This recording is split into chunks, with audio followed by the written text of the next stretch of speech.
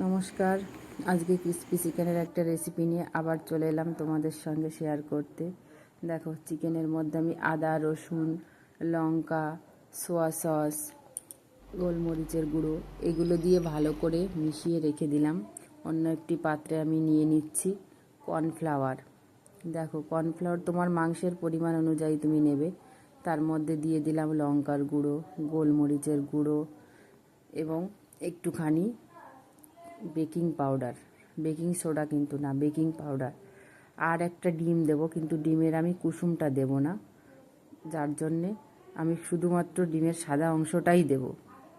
ডিমের সাদা অংশটা দিলে এতে হচ্ছে ক্রিস্পি ভাবটা বেশি হয়।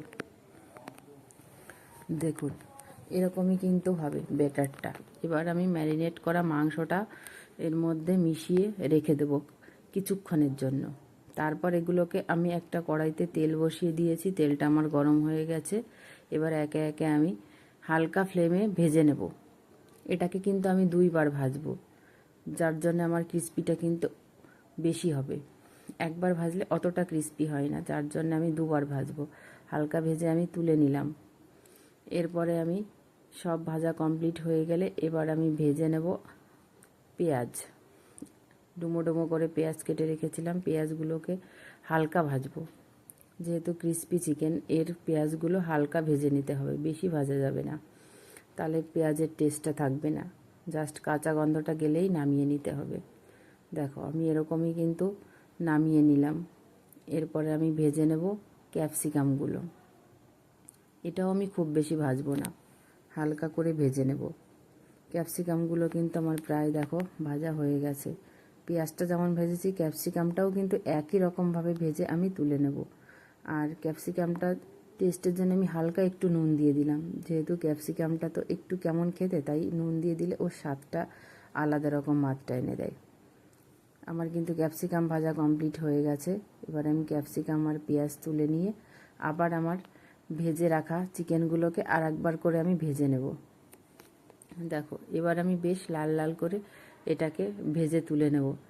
একে একে কিন্তু সব আমি এইভাবেই ভেজে তুলে নিচ্ছি। দেখো, এইভাবে ভাজলে তোমার চিকেনটা অত্যন্ত ক্রিস্পি হবে। এবার দেখো, আমি সাদা তেলের মধ্যে দিয়ে দেবো একটুখানি রসুন কুচি আর কাঁচা লঙ্কা কুচি। এটাকে একটুখানি ভেজে নিয়ে এর মধ্যে আমি দিয়ে দেব সস, টমেটো সস দিলাম। এটাকে ভালো করে নেড়ে চেড়ে তার মধ্যে আমি সোয়া সস দেব। সসগুলো কিন্তু ক্রিস্পি চিকেনের টেস্টটা এনে দেয় বেশি।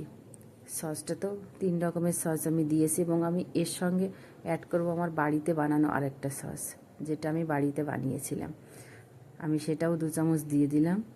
দেখো, আমার কিন্তু সসটা হয়ে গেল নাড়া। এবার আমি এর মধ্যে চিকেনগুলো দিয়ে দিলাম, তার সঙ্গে দিয়ে দিলাম ভেজে রাখা পেঁয়াজ ও ক্যাপসিকামগুলো। এগুলোকে ভালো করে নেড়ে চেড়ে আমি মিশিয়ে নেব। যত সস দেবে তত কিন্তু টেস্ট হবে। এটা কিন্তু সস দিয়েই রান্না। হ্যাঁ, দেখো, আমার কিন্তু রান্নাটা কমপ্লিট হয়ে গেছে। ভালো